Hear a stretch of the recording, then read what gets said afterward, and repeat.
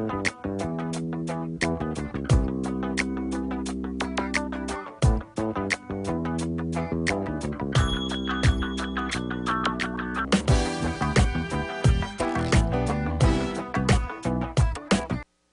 evening and welcome to another edition of SCTV3. I'm Nate Brown. And I'm Sam Reed. Here are tonight's top stories.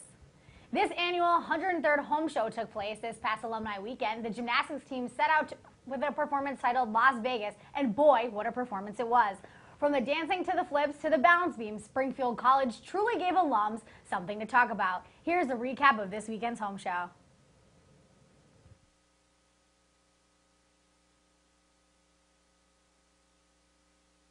Hi, I'm Nicole.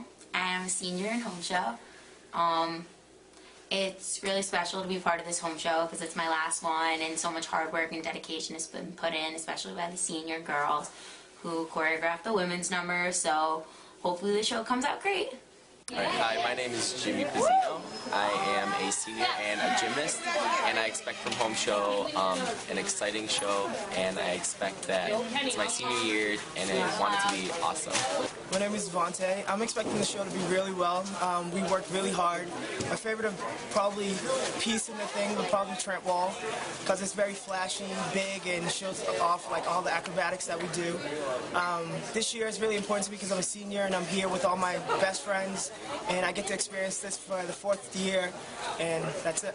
Hi, I'm Brittany. I'm a senior on the gymnastics team, and I'm really excited for home show. It's just so exciting to be a senior and just be at the top and just be ready for this. One of my favorite things about home show that I'm excited for is the scarves number, which they hang from the ceiling and you do a lot of tricks on it. I do that and it's just a lot of fun.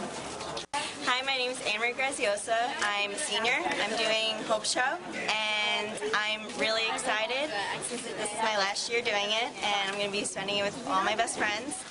And the most exciting part of the show is the opening number, but I can't tell you what it is because it's a secret, so hopefully you come and see it. Hi, my name is Richard Jarrow. I'm a senior here on the gymnastics team, and this is home show. We got a very interesting numbers this year. One of the numbers is wall trampoline, actually. Wasn't in the home show last year, but it was a really interesting number, a lot of cool acrobatic skills, high difficulty, so it was really fun.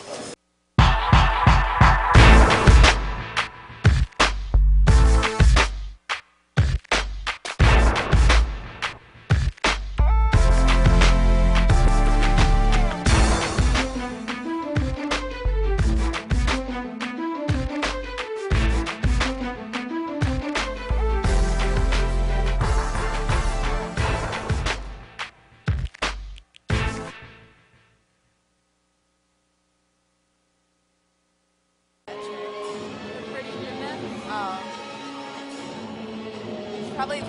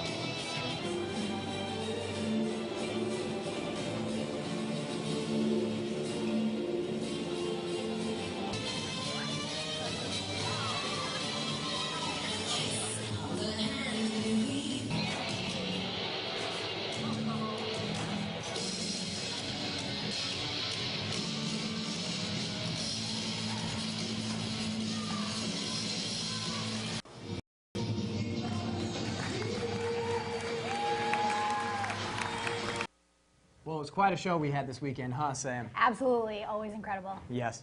Storage Wars? Not on this campus. It's Cupcake Wars at Springfield College, and it's one of the most well-known homecoming events.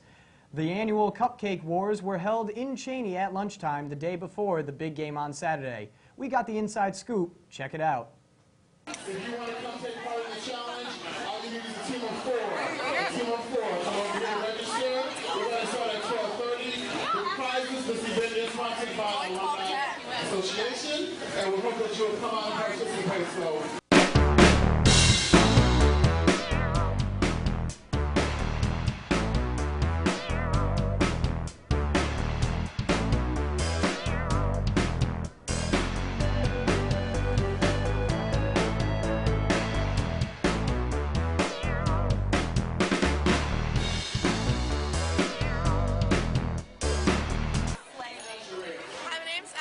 I was one of the winners of the 2012 Cupcake Wars.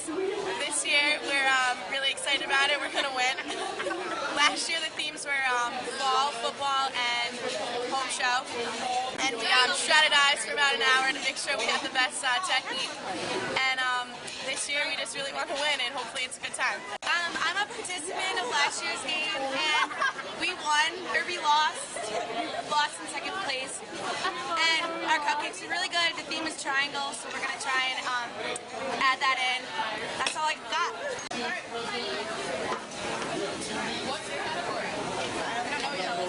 This afternoon, seeing how we just came off of a wonderful Olympics, we're going to have an Olympic theme.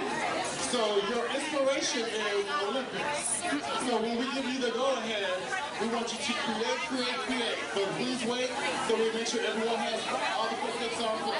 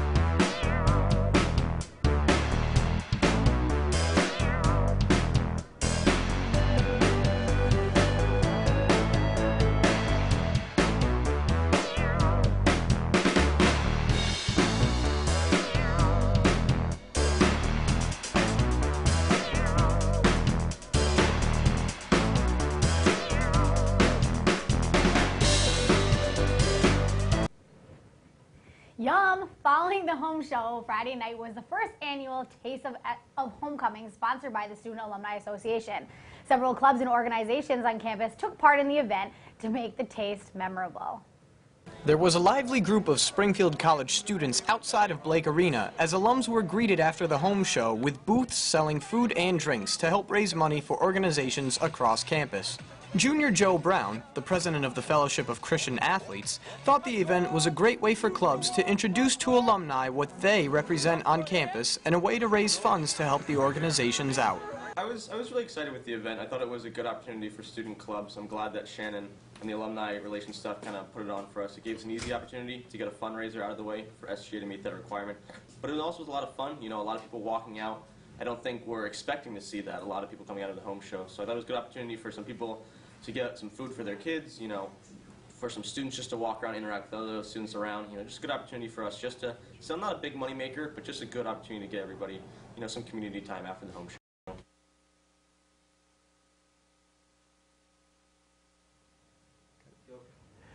A new study shows that multivitamins can prevent cancer in middle-aged men. The study, conducted by scientists at Brigham and Women's Hospital and Harvard Medical School, concluded that men who took Centrum Silver had a modest 8% drop in the number of cancer cases.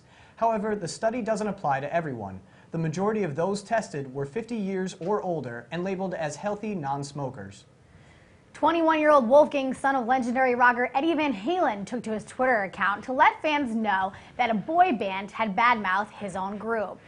Because nothing screams rock and roll like complaining via Twitter. Writing on the social media site, he let everybody know how One Direction insulted Van Halen in a hotel in Brigham, England. He tweeted, "Fun fact, was just insulted by that bleep boy band, One Direction, in the lobby of our hotel room this morning. Greetings, Brigham." And now we're going to introduce a new segment to you called Viv's Day Out, where SCTV3's very own Vivi Novella will bring us her personal opinion from all across campus. This week, Viv covered the a cappella concert from last Friday evening. I went to the a cappella show last week during homecoming and saw some of SC's very own students sing, but without any music. I thought the show was great, but let's take a look and see how they think the show went.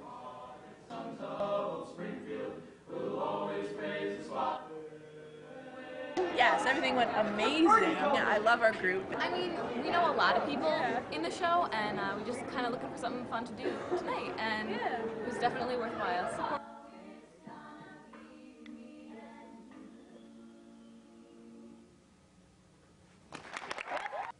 Well, the alumni sure seem to enjoy themselves during this homecoming weekend back, celebrating and rekindling lost-long friendships from their previous years. Our very own Sam Dossler was able to get more on the fun. On Saturday, Springfield College hosted Merchant Marine Academy in the 2013 homecoming game. However, this game was a bit different, as instead of occupying the stands, the Springfield College students flocked to the backyards of the townhouses to cheer on the Pride and reunite with the school's alumni. When you graduate and you have like real life, you're busy. So now that you're going to hang out with your friends you haven't seen in a while, it's kind of nice. It's safe to say fun was had by all at homecoming week. Bree Harrow with your weather report. Today was a beautiful fall day. Sunshine, breezy, and a high of 67 degrees. Cooling down to only 52 tonight with a few showers. Looking into our 5-day forecast, we can expect rain through Friday with temperatures in the upper 60s, rising to 70 on Monday for clear skies and sunshine. A few clouds move in Sunday and temperatures drop to the lower 60s, but the sun will shine through Tuesday with highs remaining in the lower 60s. That's all for your weekly weather report. Back to you guys. Thank you very much, Bree. The New England Patriots report that there have been more ticket counterfeitings for this Sunday's game against the New York Jets than there have been so far all season long. Tickets for the game are against a bitter divisional rival, the New York Jets, and are in high demand. Spokesman Stacey James said that there are two common themes to the reports of these counterfeit tickets. One is that fans bought the tickets from Craigslist, and all of the phony tickets have Ticketmaster logos on the tickets. Quote, Patriots tickets are not printed with Ticketmaster logos on the cardstock, James said. And now we're going to send it over to our very own Cassie with entertainment. Cassie?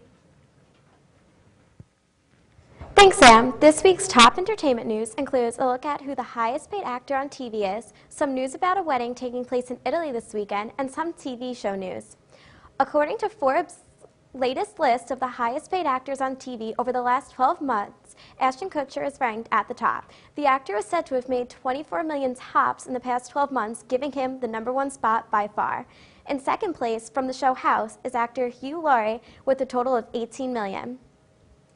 Jessica Biel and Justin Timberlake are planning to tie the knot this weekend in Italy. The couple is already in the country doing some last-minute wedding preparations, including Biel's dress fitting. The close family and friends of the couple have been flying in all this week to the top secret wedding location. It sounds like the couple is going to have a very exciting wedding. The 20th cycle of America's Next Top Model is adding a new twist to the show. For the first time ever, male models will be allowed to compete. The new cycle will air in the summer of 2013 and will definitely include some drama since both the male and female models will be living in the same house together.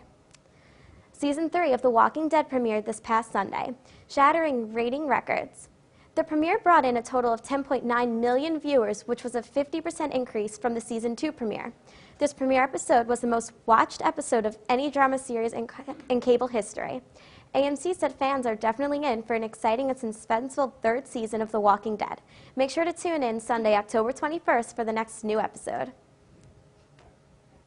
Thanks, Cassie. And we're bringing Throwback Thursday to a new meaning. The well-known House of Mouse, also known as Disney Channel, is welcoming a new Latin princess into its kingdom. Princess Sophia will make her grand debut on the Disney Channel November 18th in the TV movie Sophia the First, Once Upon a Princess, followed by a 2013 TV series on both Disney Channel and Disney Junior. Sophia is Disney's first Latin princess as they continue to expand their diversity. And up next is sports with our very own Mark Loisel. Take it away, Mark. On tonight's show, we will have an insight on if it is Tim Tebow time in New York or not, NFL Week 7 predictions, an update on college sports, and a look at the Springfield College football team.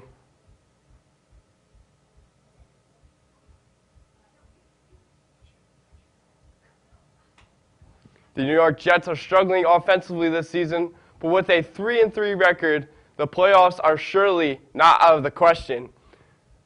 But is it Tim Tebow time to save the Jets offense before the playoffs are out of the question? Alex Thomas offers more on this topic. It was a year ago this time when the Denver Broncos began what would be the most unlikely phenomenon in NFL history. The Broncos sat starting quarterback Kyle Orton and promoted backup and University of Florida legend Tim Tebow to the starting role. The Broncos were 1-4 at the time and had just a little over a 1% chance of making the playoffs when Tebow took over, and the team found itself winning the AFC West and even winning a playoff game against the Pittsburgh Steelers before ultimately falling in the divisional round against the Patriots. But less than a few months later, the Denver Broncos shipped off Tebow time to the New York Jets when the Broncos agreed on a multi-year, multi-million-dollar contract with future Hall of Fame quarterback Peyton Manning, who had been released by Indianapolis after missing last season. The New York Jets were not expected to be a playoff team after struggling last season, and struggling franchise quarterback Mark Sanchez has struggled through 6 games this season. The Jets are 3-3, and the offense is simply not clicking. And with a visit to New England, many are asking if it's Tebow time in New York.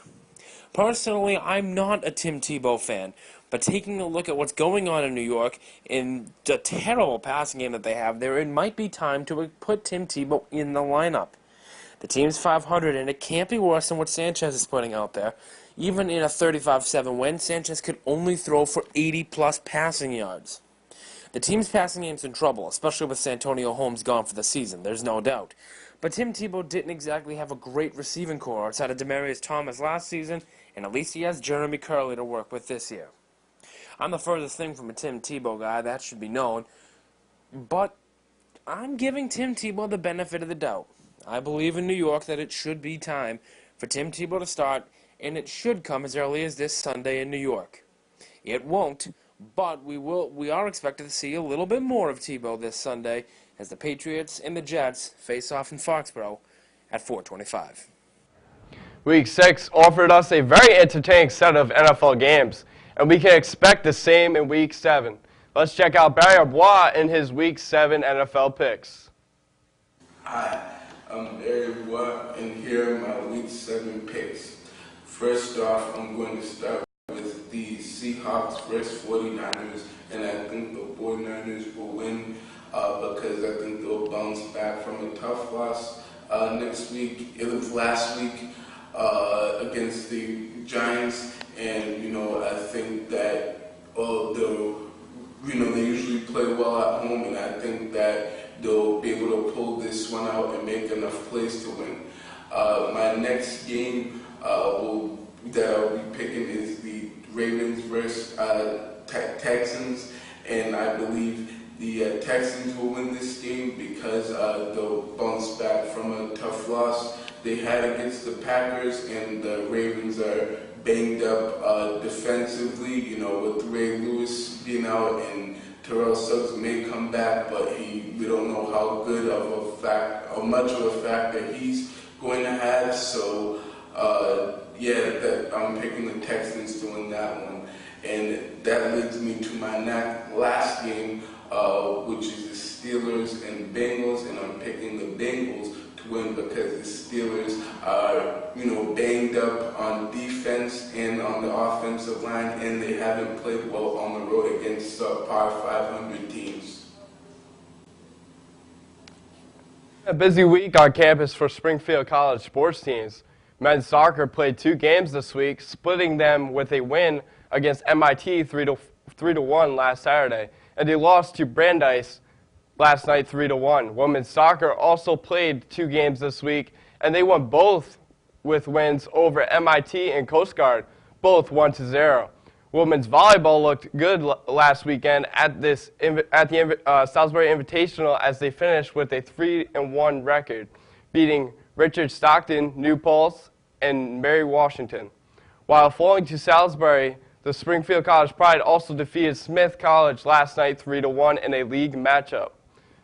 The football team also rolled this past weekend, beating Merchant Marine by a score of 66-13 in the win. Freshman quarterback John Marrero received the prestigious weekly Gold Football Helmet Award as awarded by the New England Football Writers Association. Jimmy Kelly has more.